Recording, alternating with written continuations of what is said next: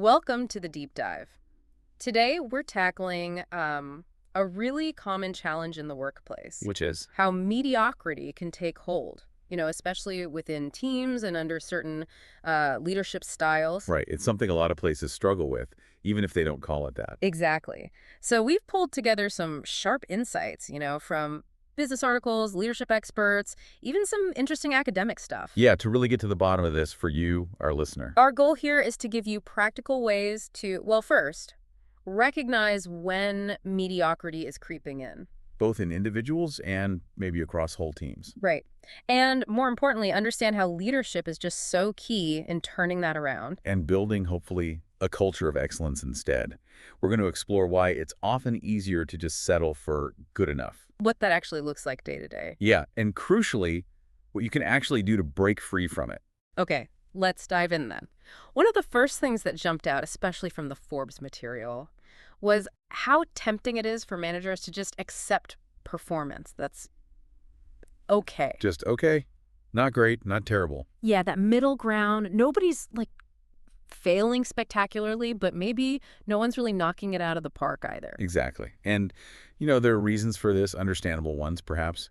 First, it's often just easier, less hassle in the short term. Sure. Dealing with performance issues takes time, energy. It does. And second, it feels like avoiding conflict, right? Yeah. Nobody really enjoys those tough feedback conversations. No. Or the potential pushback. And third, it just requires less emotional investment. Huh. When you're juggling a million things, tackling something that seems minor. It feels like an extra burden. Precisely. Now, this is where it gets really interesting, this idea that the enemy of great is good. Ah, yes. That feeling of being satisfied with just good enough, that's what actually stops teams from reaching their, full potential. So how does this complacency show up, particularly in leaders? Well, there's some clear signs. You Yeah. might see a real lack of fresh ideas, maybe a reluctance to try new approaches. Risk aversion. Definitely. Resistance to change is a big one. You might notice employee motivation dipping.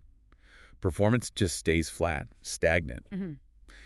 And there's often minimal focus on development, not just for the team, but for the leaders themselves, too. Right. If the leader isn't growing, it's hard to expect the team to. And on the flip side, what does poor leadership actually look like in practice? Oh, there's a whole range. Think about leaders who always seem completely overwhelmed, Okay. or they focus only on how much effort people are putting in, like how busy they look, rather than the actual results they're getting. Ah, the effort trap. Exactly.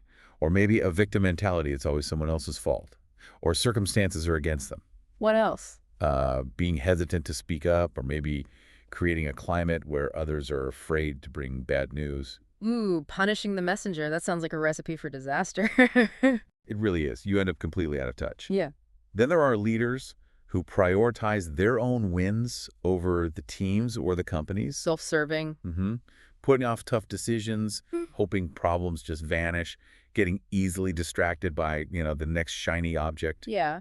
And a really crucial one, failing to learn from mistakes. Yeah. Just repeating the same patterns. These aren't just small things, are they? They sound like they'd really damage a team's ability to function. Absolutely. And it can get even worse.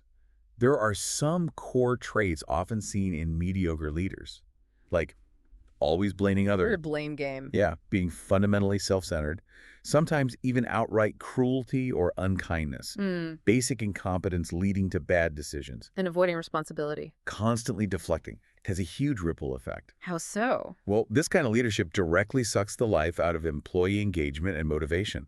I mean, if your day is spent dealing with problems caused by your manager, You're going to check out. of course, and your best people, the really talented ones, they get frustrated, demotivated, and eventually they just leave. It Yeah. creates a really uninspiring place to work. It sounds pretty toxic, actually. And then there was that Rutgers research, adding another layer. Oh, that was fascinating. Yeah, they found that in some teams, high performers might actually deliberately hold back Intentionally sabotage things. Why? if they feel ostracized or resented by the rest of the team, maybe because of envy. The researchers suggested that sometimes being seen as just average, a middle performer, can actually feel safer in that kind of negative dynamic. Wow. So bad team dynamics, potentially fueled by a poor leadership, can actually incentivize people not to do their best work. It's like a form of self-preservation almost. hiding your light so you don't get targeted. Really counterproductive. Okay, so it's clear mediocre leadership is a serious problem. But the good news is leadership is also the solution, right? High-performing teams don't just happen despite bad leaders. No, not at all. In fact, ineffective leaders can actively hold back even superstars. They tend to focus only on the short term because they lack that bigger vision. Right. No long game. Communication is often poor, not transparent, leaves teams feeling uncertain, breeds mistrust. You might see micromanagement too. Which kills autonomy, especially for top performers. Exactly. Performance management is often weak, so underperformers aren't dealt with, which is hugely frustrating for everyone else. Their judgment can be questionable, and they consistently avoid tackling underperformance. Allowing it to drag the whole team down sounds draining. It is. But the flip side is powerful. Great leaders. They set up strong frameworks, build positive cultures. So even average performers can do well. Yes, and the superstars feel genuinely galvanized and able to do their absolute best work. It really comes down to the leader setting the tone. So leadership has to model accountability, call out mediocrity. Absolutely. Accountable leadership starts right at the top. Leaders have to be willing to have those tough conversations and make those calls. There was that survey too, wasn't there? About expectations versus reality. Yeah, the PwC one from 2013. It showed most staff expected top leaders to be in charge of change, cultural change. But Right. a surprisingly low number felt personally responsible for helping make change happen. Interesting gap. So leaders need to not just drive it, but empower everyone else to own it too. Exactly. It underscores that need for leadership to both champion the vision and expect and enable their teams to be active players in getting there. Okay, so we understand the problem, the leadership link. Let's get practical. How do we actually move teams from just okay to, well, great? What about for new leaders coming into a team that's maybe stuck? Yeah, that's a common scenario. Yeah. The advice there is, first, do your homework. Research the team's background. Really listen to understand their perspective, Get their side of the story. crucially. And try to bridge that gap between how senior management sees the team and how the team sees itself. Perceptions can differ wildly. What one group thinks is fine, the other knows isn't good enough. Exactly. Understanding that gap is step one. And also, prioritize well-being. Build those relationships first. That's the foundation. Makes sense. You can't just charge in. There was that pull versus push idea too. Right. Leaders need to pull teams towards greatness, using leverage, inspiration, not just pushing them with orders. How do you do that? What are the steps? Well, there were 8 mentioned. Things like fostering a growth mindset, encouraging people to step outside their comfort zones. Leading by example. Definitely. Walking the walk. Always having a clear strategy. Ensuring accountability, everyone knows their part. Rewarding team success, not just individual wins. Tapping into everyone's skills. Yes, utilizing all the diverse talents. And keeping communication totally open and transparent. Those sound really concrete. There are also those 6 specific leadership strategies for boosting performance. Yeah, those focused on things like creating a really clear, achievable vision. Something measurable. Okay. Delegating effectively. Empowering people. Promoting real two-way communication feedback flows both ways. Giving and receiving feedback. That's key. And making sure it's timely and specific, not just vague comments. Encouraging a learning culture too, training, mentoring, even allowing for some calculated risk-taking. Learning from mistakes again. And finally, really focusing on the employee experience.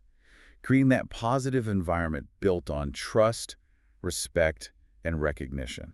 And building on that, there were other key leadership elements mentioned. Right, like actively motivating and inspiring the team. Maybe learning from leaders you find inspirational. Setting up clear accountability structures. Yes, practicing empathy, really listening to understand, learning from mistakes, both yours and the team's. Committing to your own continuous learning as a leader. And showing appreciation. Consistently. Even small daily acknowledgments can make a huge difference to morale. That ties into the communication piece again, doesn't it? Building that strong culture. Absolutely. That East to South Journal article really stressed how vital leadership communication is for building a culture that actually supports change and improvement. They mentioned different types. Yeah, vertical up and down the chain, horizontal across teams, and transformational, the really inspiring vision-setting kind. Open, adaptive communication builds loyalty, boosts efficiency, helps everyone adapt. Essential in fast-moving fields. Like the healthcare equipment example they used. Communicating the why behind a new tech, vertical, sharing tips across departments, horizontal, and inspiring everyone with the vision of better patient care, transformational. Exactly. It all works together. Now, a big roadblock to moving away from mediocrity is often people resisting change. Ah, yes, resistance. It's natural, but needs managing. Why do people resist? Usually fear. Fear of the unknown, fear of losing control, fear of failing with a new way. Sometimes it's just poor communication. They don't understand why the change is happening. Or maybe cultural factors, ingrained habits, There was that change curve model mentioned too. right? Which maps out the emotional journey. Shock, denial, frustration. Depression, then hopefully exploration and commitment. Knowing those stages helps leaders offer the right support. Like in the denial phase, arguing facts might not work. You need empathy first. So what are the big strategies for overcoming resistance? 6 were outlined. First, communication and education explain the why clearly and the risks of not changing. Okay. Second, participation.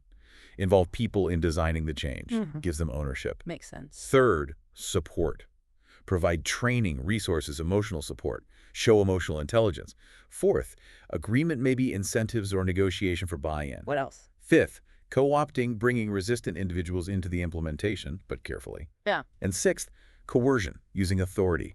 Really a last resort, as Yeah. it can badly damage morale. And there were some more specific tactics too. Yeah, 7 things like structure the team right, set challenging but reachable targets, tackle conflicts head-on and quickly, show your own passion for the change. Be persuasive. Exactly.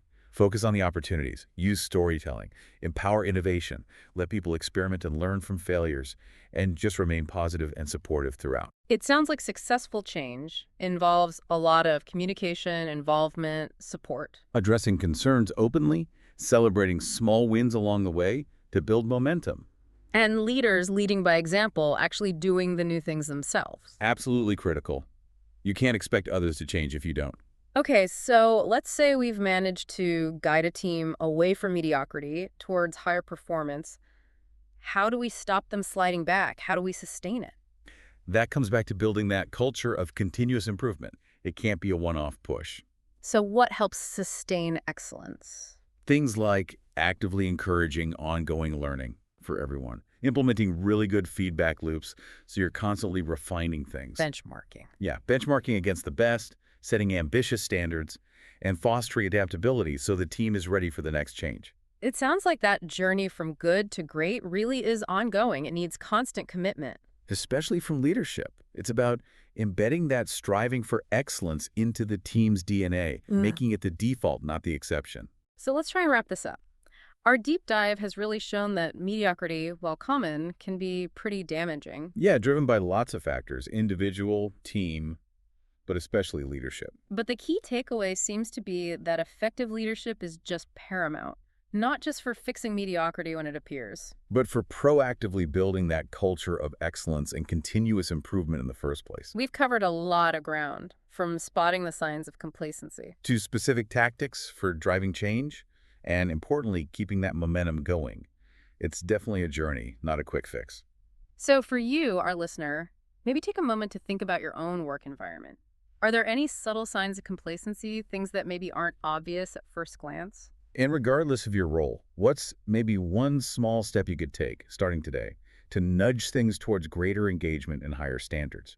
Even a small shift can make a difference. We really encourage you to mull over these ideas, perhaps look again at some of the concepts we talked about. Because understanding these dynamics is really the first crucial step towards building a workplace that's not just okay, but truly excellent.